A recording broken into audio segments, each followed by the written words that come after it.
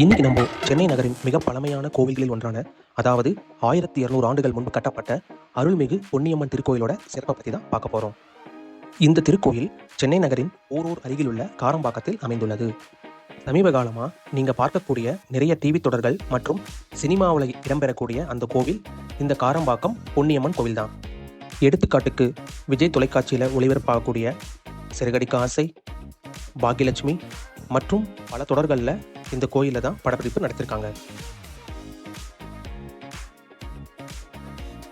பாண்டியர்கள் காலத்தில் கட்டப்பட்ட இந்த சக்தி வாய்ந்த பொன்னியம்மன் கோவில் ஒரு 10 வருடத்திற்கு முன்பு வரைக்கும் சிதிலமடைந்து இருந்ததாகவும், அதன் பிறகு கோயில் புதுப்பிக்கப்பட்டு நவீன தோற்றத்துடன் மீண்டும் திறக்கப்பட்டதால கோவில் சீரியல்கள் மற்றும் தொலைக்காட்சி படப்பிடிப்புக்கு மிக ஏற்ற இடமா மாறினதா இங்குள்ள மக்களிடமிருந்து எனக்கு தெரிய வந்தது.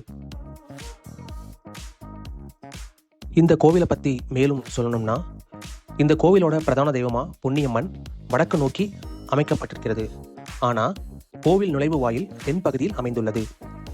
அதற்கப்புறம் இந்த கோவிலோட 2 பக்கமும் நந்தவனம் இருக்கு மற்றும் இந்த கோவிலுக்கு மிக அருகே ஒரு புஷ்கரணி, அதாவது தீர்த்த குளமும் இருக்கு.